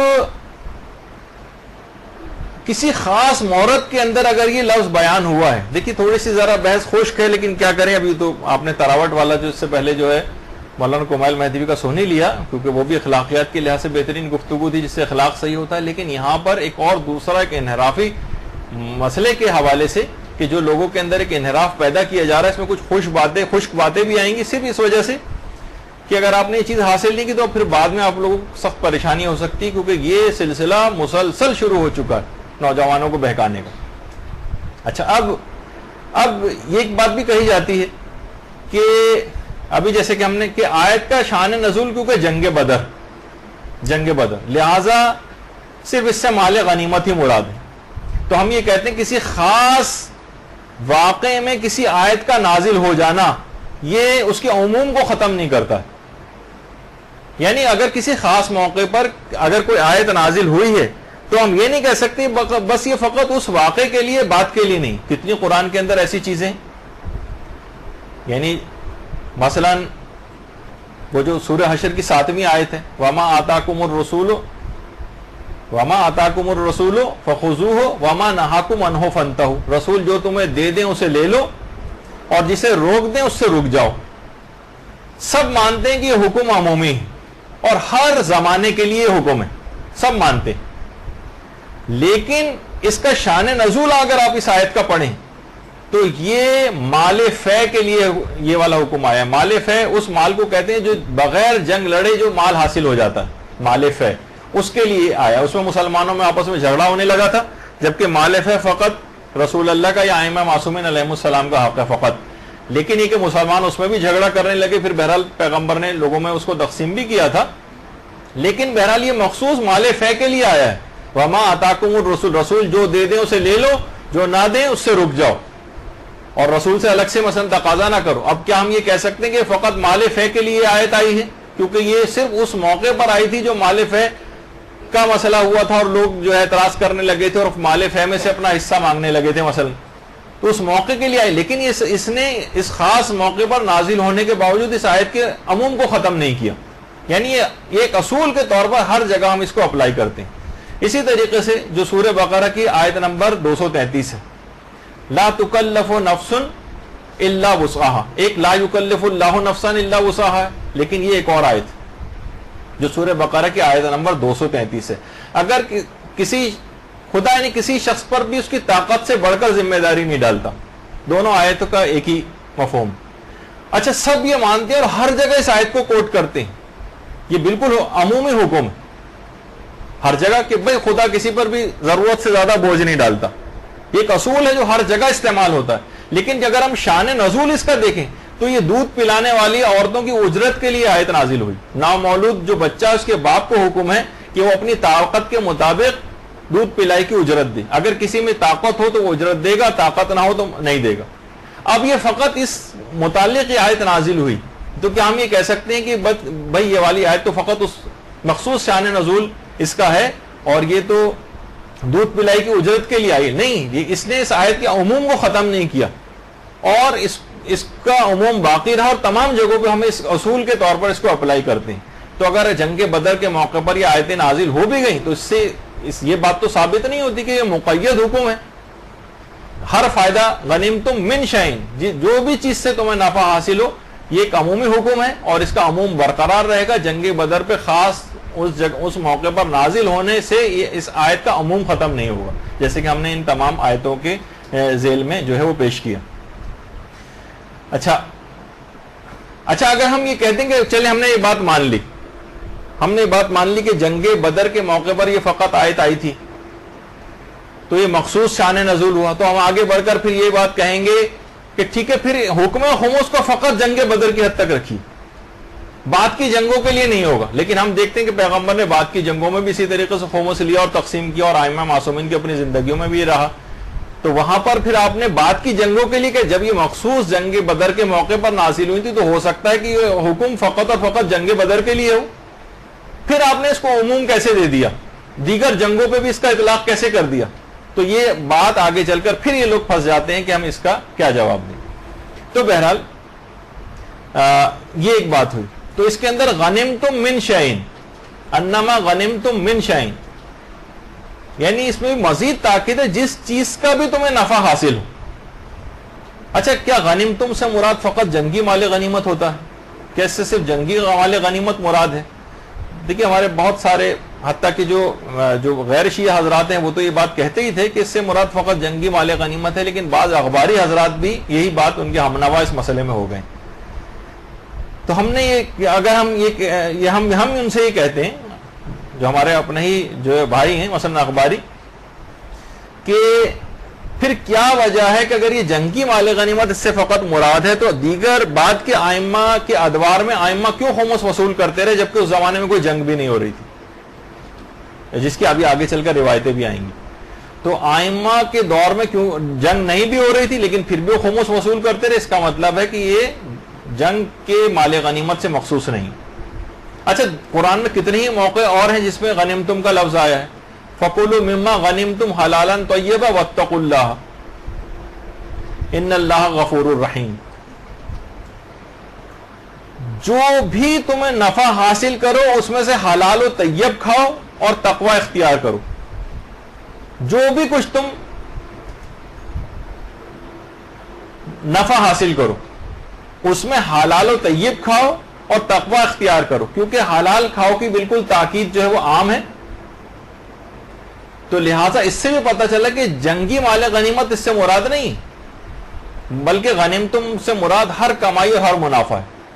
اچھا، لغتوں کے اعتبار سے بھی دیکھیں تو عمومی فائدوں کے معنوں میں بھی استعمال ہوا ہے، اور بہت سی لغتوں میں جیسے لسان العرب ہے اور القاموس وغیرہ ہے، اس میں بھی ہر وہ چیز جو انسان بغیر مشقت کے حاصل کرے، یعنی یہاں پہ بھی جنگی مال غنیمت جو ہے فقط مراد نہیں لیا گیا. اور بہت سارے عام افراد بھی عام طور پر عربوں کی زبانوں پر بھی یہی ہے. عربوں کے اندر یہ کہ جب بھی عرب حضرات جانے لگتے ہیں سفر وغیرہ پر، جب بھی عرب حضرات سفر پہ جانے لگتے ہیں تو دعا دیتے ہیں سالمن غانمن، یہ کہہ کر رخصت کرتے ہیں مسافر کو کہ جاؤ اور فائدے کے ساتھ واپس آؤ. یہ تھوڑی کہہ رہے ہیں کہ جاؤ اور مال غنیمت کہیں جنگ لڑو اور وہاں سے آؤ، یہ تھوڑی، ہر مسافر کو کہتے ہیں. یعنی زبان عرب میں بھی اس قسم کے الفاظ جو ہے عمومی فائدوں کے لیے بولے جاتے ہیں، اور فقط جنگی مال غنیمت اس سے مراد نہیں. اور صرف وہ افراد ان کے لیے نہیں بولا جاتا کہ جو کہ جہاد وغیرہ پہ جا رہے ہیں، بلکہ عام معنوں میں بھی استعمال ہوتا ہے. اور ہمارے برادران اہل سنت میں تو اتنی کثرت کے ساتھ یہ حدیث آئی ہے اور جو کہ تقریباً ضرب المثل بن چکی ہے کہ من لہ الغنم علیہ الغرم، جو بھی کسی چیز سے فائدہ اٹھائے گا وہ اس کا نقصان بھی سہے گا. اچھا، یہاں بھی غنم سے مراد کیا ہے؟ عمومی فائدہ، جنگی مال غنیمت کی بات نہیں ہو رہی. یا مثلا نہج البلاغہ میں اغتنم المحل، مہلتوں کو غنیمت سمجھو. یہاں پہ بھی امیر المومنین نے کیا کہ غنیمتم کا لفظ یعنی عام غنیمت سمجھو ان کو، یہاں پہ جنگی مال غنیمت مراد نہیں. اچھا، اسی طریقے سے جو نہج البلاغہ ہے اس میں جو کلمات قصار ہیں اس میں بھی یہ ہے کہ ان اللہ سبحانہ جعل الطاعۃ غنیمت الاکیاس، خدا نے اطاعت کو عقل مندوں کے لیے غنیمت اور فائدہ قرار دیا. یہاں پہ بھی عمومی فائدوں کے اندر آیا ہے. تو ہم کون ہوتے ہیں قرآن میں جہاں غنیمتم کا لفظ ہے اس میں فقط جنگ کے مال غنیمت سے صرف جو ہے منسوب کر دیں؟ یا بہت ساری احادیث کے اندر ہے کہ مثلا واعظ و نصیحت کی محفلوں کا فائدہ جنت. یہاں تو خیر تھوڑا سا پروف ریڈنگ کی غلطی ہو گئی، یہاں پہ غنیمت کا لفظ ہے. تو بہرحال واعظ و نصیحت کی محفلوں کا فائدہ جنت ہے. تو یہاں پہ بھی غنیمتم کا جو لفظ آیا ہے یا غنیمت کا جو لفظ آیا ہے اس سے عمومی فائدہ جو ہے وہ مراد ہے. جی، اسی طریقے سے بہت سارے روزوں کی جو روزے کی تعریف میں یہی ہے کہ یہ مومن کے لیے مفت کی کمائی ہے، غنم المؤمن. تو یہاں پہ بھی جنگی مال غنیمت مراد نہیں لیا گیا احادیث کے اندر. اسی طریقے سے سردیوں کے روزے کو کہا گیا کہ سردیوں کا روزہ بلا مشقت اور مفت کی کمائی ہے. یہ دیکھیے ساری دلائل ہیں جس کے لیے جو علماء نے جو ہے وہ بیان کی. تو خدا کے پاس جو ہے جو اس کے ثواب اور فائدے، یعنی سردیوں کا روزہ بلا مشقت اور مفت کی کمائی. اور یہ جو آپ نے فَعِندَ اللَّهِ مَغَانِمُ کثیرہ، خدا کے پاس بہت سارے خزانے. اچھا، اب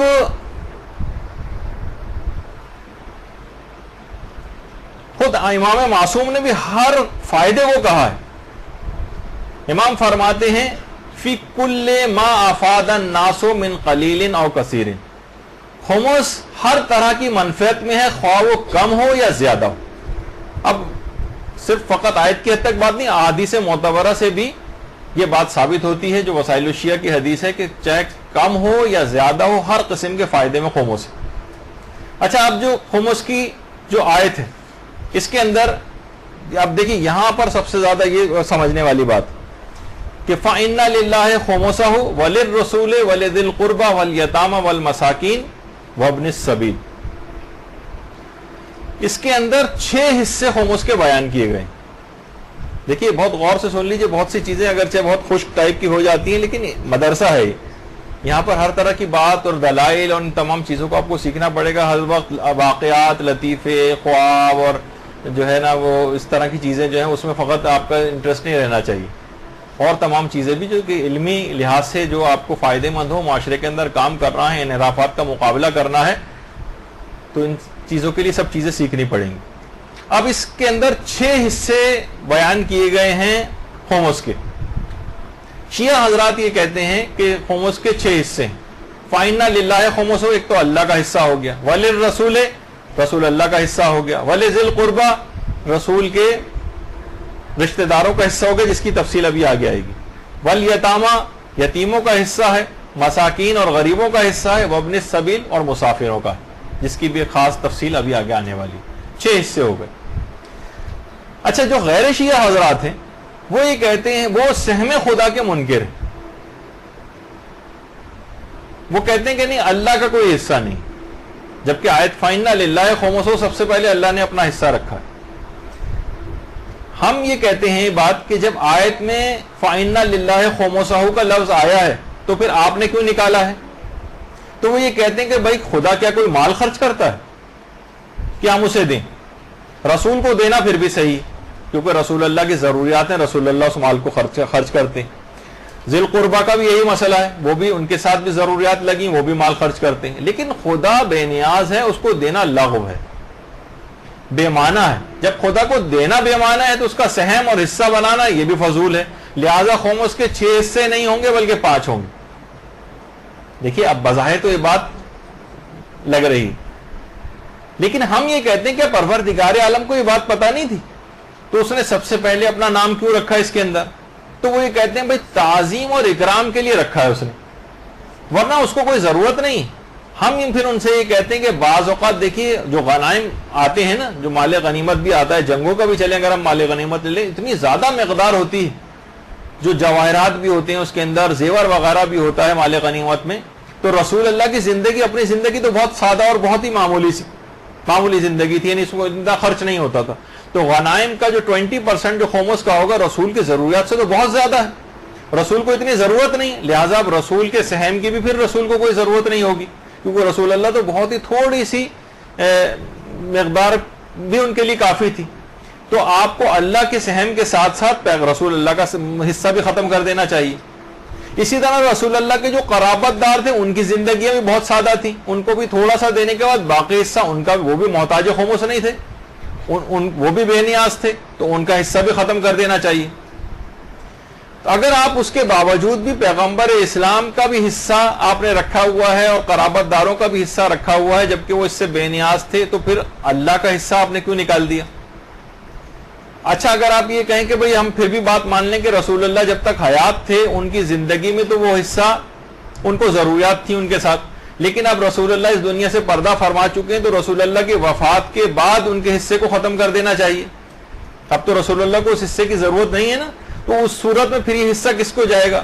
اگر آپ یہ کہیں کہ یہ حکم رسول کی زندگی کی حد تک تھا، مرنے کے بعد یہ حکم ختم ہو گیا، تو آیت کے اندر تو کہیں بھی یہ بات نہیں ہے کہ رسول کی زندگی تک صرف ان کو خمس دو اور مرنے کے بعد ان کا یہ حصہ ختم ہے. جب آیت مطلق ہے اور کسی بھی قید کے بغیر ہے تو پھر آپ نے کیسے اس کے اندر یہ والی شق نکال دی؟ تو اور غیر شیعہ حضرات بھی ہیں، وہ بھی اس بات کو مانتے ہیں کہ وفات پیغمبر کے بعد اکثر، سب تو نہیں لیکن اکثر یہ بات کہتے ہیں کہ ہم ان کے اس حصے کو تسلیم کرتے ہیں، جبکہ جو غیر شیعہ، اکثر غیر شیعہ حضرات ہیں وہ لیکن پھر بھی کہتے ہیں کہ وہ ہم سہم خدا کے منکر ہیں، کیونکہ خدا جو ہے وہ بے نیاز. ہم کہتے ہیں اگر وہ بے نیاز ہونے کی وجہ سے آپ سہم خدا کے منکر ہیں تو وفات پیغمبر کے بعد رسول اللہ بھی اپنے خمس سے بے نیاز ہو گئے ہیں, تو ان کے حصے کو بھی ختم کر دینا چاہیے. تو لیکن آپ پھر بھی یہ کہتے ہیں کہ اگر آج بھی کفار کے ساتھ جنگ ہو اور جو مال غنیمت حاصل ہو اس میں سے سہم رسول جو ہے وہ نکالا جائے گا, تو پھر وہ کس دلیل سے آپ نکالیں گے؟ تو دیکھیے اب رسول اللہ کے زمانے میں یہ تین حصے جو ہے وہ یہ جو تین حصے ہیں یعنی سہم خدا, سہم پیغمبر اور سہم ذی القربہ, یہ جو آیت کا ایک ٹکڑا ہے, ان تینوں کو کلیکٹیولی سہم امام کہا جاتا ہے, کیونکہ پروردگار کا بھی حصہ, رسول اللہ کا حصہ اور ذی القربہ کا حصہ, ان تینوں کو سہم امام اس وجہ سے کہا جاتا ہے کہ اب کیونکہ حکم خمس برقرار ہے تو امام کیونکہ پردہ غیبت میں ہے, تو پھر ہمارے پاس آگے بھی دلائل ہم اس کو پیش کریں گے کہ فقہاء اور مراجع جو ہیں وہ ان کے پاس خمس کس دلیل سے آئے گا, وہ اگلی نشست میں ہماری یہ بات آئے گی. تو کیونکہ ان کے پاس آئے گا تو لہٰذا اب کیونکہ امام زمانہ علیہ الصلوۃ والسلام موجود ہیں, اللہم صلی علی محمد و علی محمد,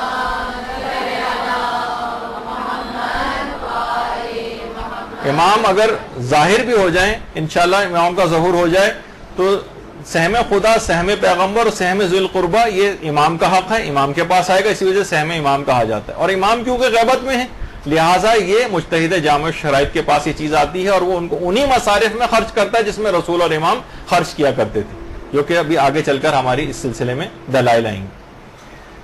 تو یہ ایک انتہائی اہم جو ہے وہ مسئلہ ہے جس کو سمجھنے کی ضرورت ہے کہ تو رسول کے اختیار میں یہ سب تھے, اور یہ تمام حصے جب تک رسول اللہ حیات تھے ان کے بعد یہ ائمہ معصومین کے اختیار میں چلے گئے, اور امام کی غیبت میں پھر فقہاء اور مجتہدین جو ان کے نائبین ہیں ان کے اختیار میں یہ چیزیں آ گئی, جنہیں وہ معمولی حصہ اپنی ضروریات زندگی پر اس کا خرچ کرتے ہیں, اور اس کے بعد جو سب کا سب ہے وہ فقط اور فقط اسلام اور مسلمانوں کی اصلاح اور مذہب کی ترقی اور تبلیغ کے اندر اس کو خرچ کیا جاتا ہے. اچھا, اس کے اندر ایک لفظ آ رہا ہے سمجھنے کی ضرورت ہے, ذی القربہ. ذی القربہ سے کون لوگ مراد ہیں؟ بہت سے حکام وقت نے تو یہاں تک یہ کہا کہ اس سے حاکم وقت کے رشتہ دار مراد ہیں, ذی القربہ سے مراد. خیر ان کو تو چھوڑیے, لیکن یہ بات اور بیان کر دی جائے کہ اس سے رسول اللہ کے بھی سارے رشتہ دار مراد نہیں, بلکہ اس سے مراد ائمہ اہل بیت علیہم السلام. اللہم صلی علی محمد و علی محمد. اور اس کی دلیل وہ معتبر روایات ہیں جو اہل بیت رسول سے نقل ہوئی, یعنی رسول اللہ کے علاوہ رسول کے بعد ان کے وہ جانشین جو اسلامی حکومت کے رہبر اور رہنما یعنی امام, خمس کا ایک حصہ ان سے منسوب ہے. یعنی سہم خدا, سہم پیغمبر اور سہم ذی القربہ یہ تینوں حصے اب امام معصوم سے متعلق ہیں, اور ان کی غیبت میں مراجع کے پاس یہ اختیارات آ جاتے ہیں جس کے دلائل آگے آئیں گے, جس سے وہ اپنی سادہ زندگی کا اہتمام کرتے ہیں. اور دیکھا جائے تو اب یہ تینوں کے تینوں حصے, چاہے وہ سہم خدا ہو, سہم پیغمبر ہو یا سہم ذی القربہ ہو, یہ تینوں کے تینوں حصے عوام کی ضروریات کے لیے خرچ ہوتے ہیں. اچھا, اب یہ جو یتامہ والمساکین وابن السبیل اس سے کیا مراد ہے؟ اگرچہ آیت کے اندر تو یہ مطلق ہے کہ صرف یتیموں, مسکینوں اور غریبوں اور مسافروں کے لیے اس قسم کے الفاظ آئیں, یعنی اس کا مطلب ہے کہ یہ تو مطلق تمام کے لیے, لیکن اہل بیت سے جو معتبر روایات آئی ہیں اس میں یہ تینوں حصے بھی یعنی یتامہ, مساکین وابن السبیل یہ تینوں بھی سادات ہی سے متعلق ہیں, یعنی سادات یتیم, سادات مسکین اور سادات مسافر. اچھا, اب یہ تینوں اگر اچھا اس کے لیے ظاہر ہے کہ اس لحاظ سے دلیل بھی ہے کہ سب کو پتا ہے کہ احادیث معتبرہ میں یہ بات آئی ہے کہ بنو ہاشم جو یہ سادات ہیں ان کے لیے زکوٰۃ مسلماً حرام, یہ تو سب قائل ہیں. اور چھٹے امام نے بھی بات کہہ دی کہ الصدقۃ علینا حرام والخمس لنا فریضہ, صدقہ یعنی زکوٰۃ لینا ہمارے لیے حرام ہے اور خدا نے ہمارے لیے خمس کو جو ہے وہ مقرر کیا ہے. اچھا, اب آیت میں جو سمجھتے ہیں اس بات کو ان کے لیے کہ آیت میں ذی القربہ بطور جمع نہیں آیا بلکہ بطور واحد ذکر ہوا ہے, جس کا مطلب اور مفہوم یہ کہ فقط کوئی ایک شخص جو رسول اللہ سے امتیازی کوئی رشتہ رکھتا ہے اس کو ذی القربہ کہا گیا. اس لیے اللہ اور رسول اور ذی القربہ کے جو تینوں حصے ہیں انہیں کلیکٹیولی سہم سادات کہا جاتا ہے. سہم یتامہ، سہم مساکین اور سہم وابن السبیل، ان تینوں کو ملا کر اس کو ہم شارٹ فارم میں سہم سادات کہتے ہیں، کیونکہ روایت معتبرہ سے یہ بات ثابت ہے کہ یہاں پہ یتیم، مسکین اور مسافر سے بھی مراد بھی سید، جس کے لیے الگ ہمارے پاس روایتیں اور معتبر روایتیں. اچھا، اب ایک سوال یہاں پر ہوتا ہے اور یہ بڑی شد و مت سے بات پھیلائی جاتی ہے کہ خمس کا جو نصف حصہ سادات سے مخصوص ہونا، کیا یہ طبقاتی نظام نہیں؟ کیا یہ ریسزم نہیں؟ کیا یہ نسل پرستی نہیں؟ اور معاذ اللہ ایک صاحب نے تو یہاں تک اپنی کتاب میں لکھا ہے، جس کو لوگ پڑھتے ہیں اور پھر باقاعدہ سر دھنتے ہیں، کہ گویا ایک لحاظ سے رائل فیملی کا ایک حصہ قرار دیا گیا معاذ اللہ. تو یہ جو پریولیجز جو رسول اللہ کے اقربا کو دیے گئے، وہ کہتے ہیں کہ اس سے اقربا پروری نہیں ہو رہی؟ کیا یہ اسلام کے اجتماعی عدالتی نظام کے نظریے کے سے متصادم نہیں؟ یہ جو آدھا حصہ آپ دے دیتے ہیں ان کو. تو اب دیکھیے علماء ہماری بات بیان کرتے ہیں کہ یہ جو سہم سادات ہم دیتے ہیں یہ ہر سید کا بھی حق نہیں، شرطیں ہونی چاہیے اس میں. مثلا غریب ہونا چاہیے، فقیر شرعی ہونا چاہیے، غنی کو نہیں دے سکتے. ایک صاحب ہیں کہ جن کو بہت ساری چیزوں کو کشف کرنے کا جنون جو ہے وہ سوار ہوا ہوا، تو وہ فرماتے ہیں، وہ 4-5 صفحے جو انہوں نے اس میں لکھے ہیں، کہ یہ سادات کا حق ہے، جتنا بھی چاہیں ان کو، یہ چاہے کتنے غنی کیوں نہ ہو جائیں ان کو بس آپ دیتے چلے جائیے. تو پھر وہ اقربا پروری والا الزام اس طرح سے لگ سکتا ہے. لیکن اسلام نے شرطیں رکھی ہیں، ہر سید کو نہیں دیا جائے گا، اس کے لیے باقاعدہ الگ سے احادیث آئیں. ایک تو غریب ہونا چاہیے، سال کی جو جتنی بھی اس کی ضروریات ہیں اس سے زیادہ نہیں ہونا چاہیے، سال کے اخراجات سے زیادہ، مثلا 1 سال کی حد تک فقط دے سکتے ہیں. صرف اور صرف عرفی اور شرعی ضرورتوں کے لیے خمس دیا جائے گا، لگژریز کے لیے نہیں دیا جائے گا. مثلا گھر میں گاڑی کھڑی ہوئی، وہ کہے گا لیکن مجھے تو رولس رائس لینی، یہ نہیں چلے گا. بے نمازی کو نہیں دیا جائے گا، فاسق و فاجر جو کھلم کھلا جو گناہ کرتا ہے اس کو نہیں دیا جائے گا. اگر عورت کا پردہ اور حجاب صحیح نہیں ہے، وہ بے پردہ ہے، اس کو نہیں دیا جائے گا. مرد مثلا اگر داڑھی مونڈ رہا ہے اس کو نہیں دیا جائے گا. اور یہ بھی یقین ہونا چاہیے کہ اس پیسے کو مال حرام میں خرچ نہیں کرے گا. اور آپ کا واجب النفقہ بھی اس کو نہیں ہونا چاہیے. ہم یہ نہیں کر سکتے کہ ہم نے خمس نکالا اور اپنی مثلا زوجہ کو دے دیا کہ بھئی یہ سیدانی ہے اور ہم نے اس کو دے دیا، نہیں، یہ نہیں چلے گا. اپنے واجب النفقہ کو بھی نہیں دے سکتے. اس کے لیے سب کے لیے الگ الگ دلیلیں. تو آپ خود بتائیے معاذ اللہ کہ کسی رائل فیملی کے لیے اتنی شرائط کبھی ہوتی؟ اقربا پروری یہ کب، اقربا پروری میں ساری چیزیں کب دیکھی جاتی؟ نسل پرستی اور طبقاتی نظام میں تو بلا تفریق دیا جاتا ہے، بلکہ امیروں ہی کو نوازا جاتا ہے. لیکن اسلام نے اتنی ساری شرطیں لگائیں. تو ان تمام چیزوں سے دیکھیے، وہ جو خود امام نے کہا کہ صدقات جو ہے وہ یعنی جو زکوٰۃ ہے وہ لینا حرام ہے اور خمس کو ہمارے لیے قرار دیا گیا. تو جو سید ہیں وہ زکوٰۃ نہیں لیتے ہیں، وہ خمس لیتے ہیں. غیر سادات جو ہیں ان کو خمس لینے کا حق نہیں ہے، وہ زکوٰۃ لیتے ہیں. کسی کو خمس سے نوازا گیا ہے، کسی کو جو ہے زکوٰۃ سے. تو ہر ایک کو اپنا پورا بھرپور جو ہے حق دیا گیا ہے. زکوٰۃ کا جو دیکھیے، زکوٰۃ کا تعلق جو ہے وہ عام مسلمانوں کے اموال سے، جس سے سادات کے علاوہ جو ہے نا وہ سب لوگ فیضیاب اس سے ہوتے ہیں. اور سادات کو لیکن اس سے دور رکھا گیا. اور دور رکھنے کی وجہ یہ تھی تاکہ مخالفین کو یہ بہانہ نہ ملے کہ پیغمبر نے اپنے رشتہ داروں کو خمس کے ساتھ ساتھ ہمارے جو عام اموال جو ہمارا حق تھے ان پر بھی قابض بنا دیا. تو پیغمبر نے ان سے سادات کو دور رکھا. اب ظاہر ہے کہ غریب سادات کی بھی ضروریات کہیں نہ کہیں سے تو پورا ہونا تھی نا. زکوٰۃ تو ان پر حرام قرار دے دی گئی تھی، لہٰذا اس کو خمس کے ذریعے سے پورا کیا گیا. پھر ایک صاحب نے یہاں تک لکھا کہ سادات کرام کے لیے اتنا عظیم بجٹ کیوں رکھ دیا گیا بھائی؟ کیونکہ وہ کہتے ہیں اگر ساری دنیا کے لوگ مثلا اپنا خمس نکال دیں تو سارے سادات ایک ہی دن میں ارب پتی ہو جائیں گے. ہر سید ارب پتی ہو جائے گا. جب سب غنی ہو جائیں گے پھر خمس کس کے پاس جائے گا؟ اول تو یہ خیالی قسم کے مسئلے ہیں، قیاسی مسئلے ہیں. ایسا کبھی ہوا نہیں ہے، نہ کبھی ہوتا نظر آتا ہے. لیکن چلیں تو دیکھیے اس کے بھی احکامات ہیں کہ اگر خمس سادات کی ضرورتوں سے زائد بچ جائے تو اسے حاکم شرع اس جو سرپلس پیسہ ہو گیا ہے اسے عمومی کاموں میں لوگوں کی ضروریات میں خرچ کرے گا. اس کے الگ دلائل. یعنی یہ نہیں ہے کہ ہم اس کو ارب پتی کر دیں ان تمام ان کو نہیں, 1 سال کی ضرورت سے زیادہ نہیں دے سکتے, لیکن اس کے باوجود بھی سرپلس اگر سہم سادات جمع ہو جائے تو اس کو لوگوں کی ضروریات میں جو ہے خرچ کیا جائے گا. ٹھیک ہے, اسے لوگوں کی ضروریات میں خرچ کیا جائے گا جتنا بھی خمس آئے, یعنی بلا امتیاز, خواہ وہ فقیر ہو یا غنی. لوگ یہ کہتے ہیں کہ بھائی وہ خواہ فقیر ہو یا غنی, فاسق ہو یا فاجر, بے نمازی ہو, سال بھر کے اخراجات, اس کو تمام لوگوں کے اوپر جو ہے یعنی پورے کا پورا جو ہے سادات کو دے دو, ان میں کوئی بھی شرط نہیں چاہے وہ ارب پتی کیوں نہ ہو جائے. نہیں, ایسا مسئلہ اس ہمارے فقہ میں نہیں. اور خود دیکھیے یہ سب چیزیں رسول اللہ کے زمانے سے یہ سسٹم بالکل صحیح چلتا رہا. بعد کے لوگوں نے اس کے اندر بہت سارے انحرافات کر دی. حکم خمس میں لوگوں کی طرف سے تبدیلیاں کی گئیں کہ سب سے پہلے تو خمس کو صرف جنگ کے مال غنیمت تک محدود کر دیا گیا. اس کی بھی کچھ وجوہات ہیں لیکن جو ابھی ٹائم نہیں.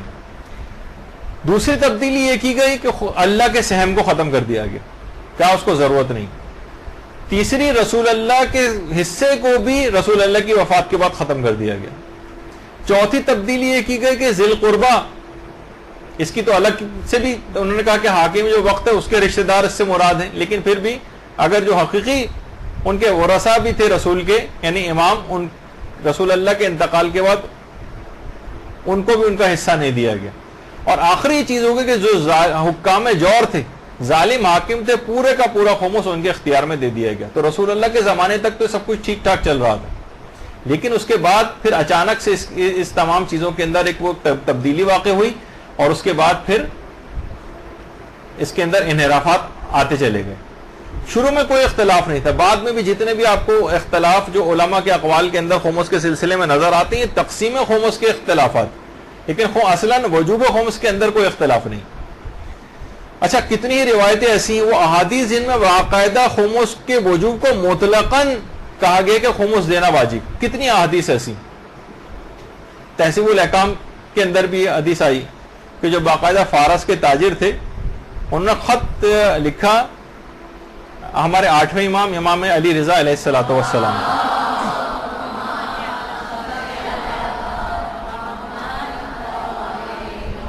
اور ان سے اجازت طلب کی کہ مولا آپ ہمیں خمس ہم پر سے معاف کر دیں, ہمیں حلال کر دیں ہمارے لیے خمس.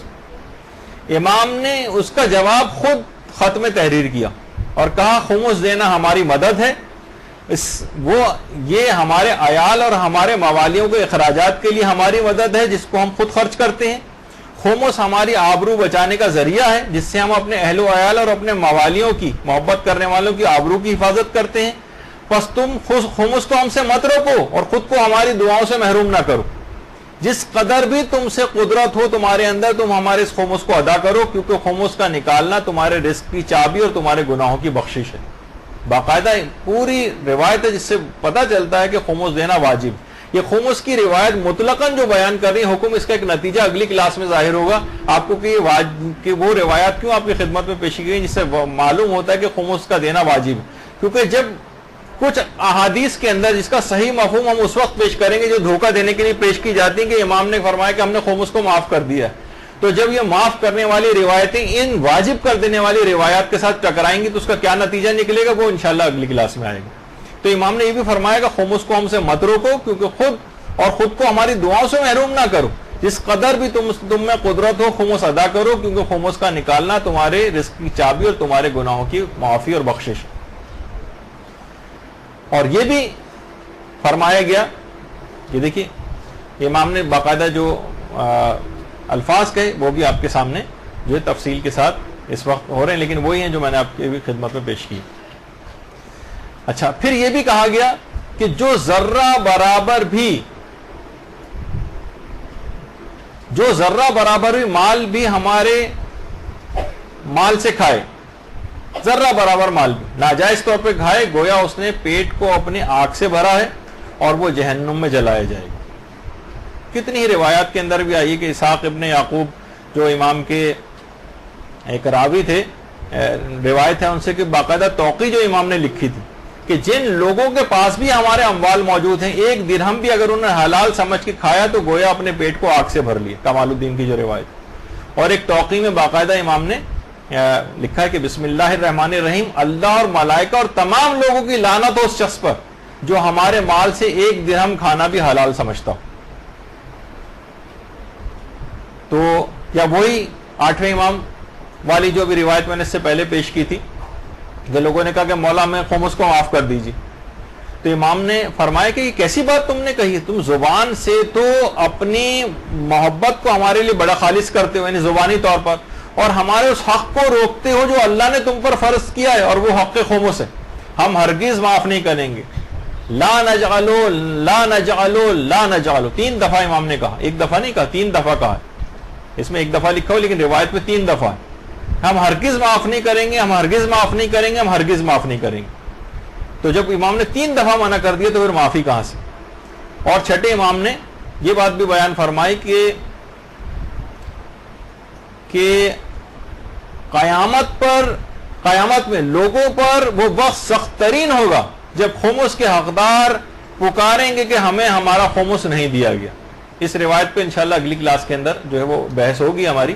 تو آپ نے دیکھا کہ بہرحال یہ بھی روایات کے اندر آئی ہے کہ امام زمانہ کے جو دستخطوں سے جو جاری توقیع ہے، امام نے اس کے اندر بڑے عجیب الفاظ لکھے ہیں، یہ آپ کے سامنے جو اس وقت آ رہے ہیں، باقاعدہ امام کے توقیع کے الفاظ ہیں وسائل الشیعہ کی جلد نمبر 6 میں۔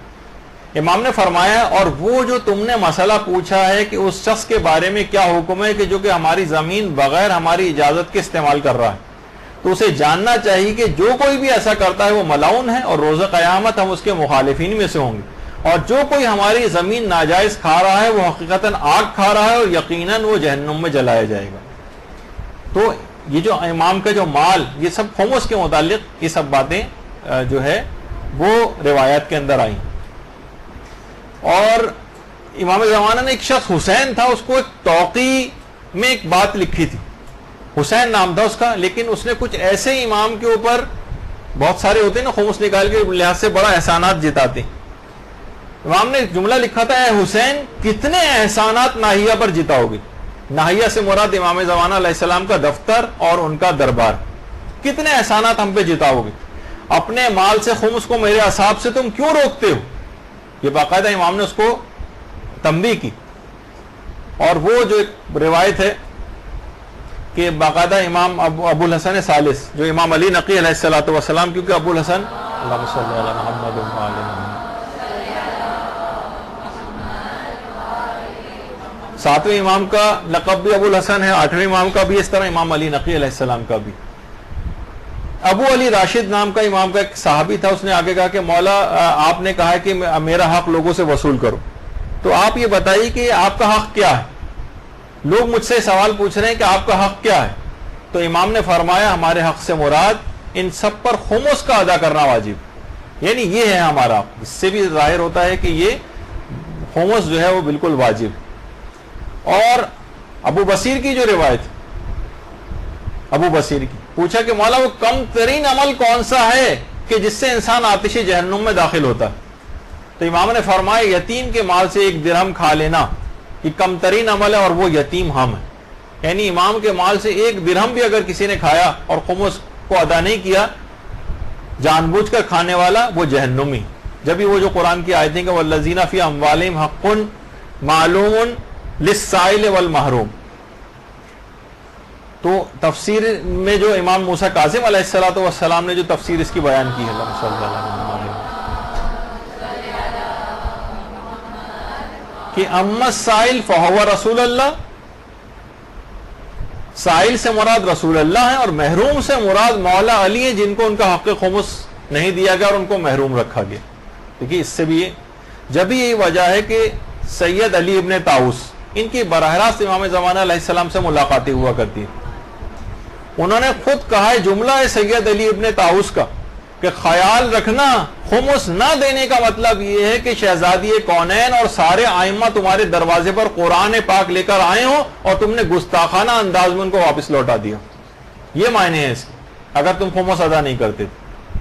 اور ایک جو حضرت امام زمانہ علیہ السلام کی قنوت میں ایک دعا ہے یہ دعا بہار الانوار کی جلد نمبر 53 صفحہ 315 پر بھی ہے، اور النجم الثاقب کی داستان نمبر 31 میں بھی یہ دعا نقل ہوئی ہے، اور ملحقات کتاب جو انیس العابدین کتاب ہے اس کے ملحقات میں اور نہج الدعوات میں بھی امام زمانہ علیہ السلام کی قنوت کی ایک دعا کہ اے میرے رب، بے شک ہمارے شیعوں نے ہماری محبت اور ولایت کے بھروسے پر بہت سے گناہ کیے۔ اب خدا نہ خواستہ یہ ڈر لگتا ہے کہ بعض اوقات اس قسم کی، لیکن امام کا قنوت ہے، اور بعض اوقات علماء یہ بھی فرماتے ہیں کہ بہت ساری دعائیں جو علی ابن طاؤس سے براہ راست انہوں نے امام سے سن کر جو ہے اپنی کتاب کے اندر تحریر کی، اور امام زمانہ جو قنوت میں دعا پڑھتے وہ علی ابن طاؤس نے نقل کی۔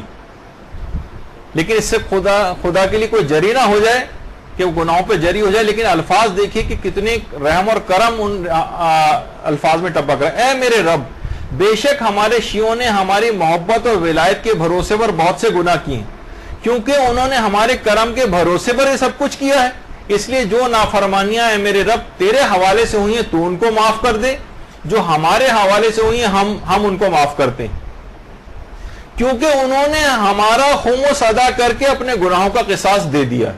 دیکھیے امام زمانہ کے قنوت کے الفاظ ہیں، کیونکہ انہوں نے خمس دے کر اپنے گناہوں کا قصاص دے دیا ہے، اس لیے اے میرے رب تو ان کی طرف سے ہمارے خمس ادا کرنے کے بدلے ان کے گناہوں کو معاف کر دے۔ اے میرے رب انہیں جنت میں داخل فرما، انہیں جہنم سے محفوظ فرما، اور انہیں اپنی نافرمانی کی وجہ سے دشمنوں کی صف میں کھڑا نہ کرنا۔ یہ گناہگار ہیں مگر باغی نہیں ہیں اور گستاخ نہیں، ان پر اپنا رحم و کرم فرما۔ یہ ہمارے امام زمانہ علیہ السلام نے ہمارے لیے اس طرح کے قنوت کے اندر دعا کرتے ہیں، اور اس کے اندر خصوصیت کے ساتھ وہ الفاظ جو کہ ویسے تو اس پہ پوری الگ سے گفتگو ہو سکتی کہ امام ہمارے لیے کتنا زیادہ کنسرن ہے، کس طرح سے گڑ گڑا کر پروردگار عالم سے ہمارے گناہوں کی مغفرت اور معافی طلب کر رہے ہیں، اپنے حقوق کے واسطے دے رہے ہیں، اور ہم ہیں کہ ان کی نافرمانیوں پہ نافرمانی کرتے پوری زندگی کو گزارتے چلے جا رہے ہیں۔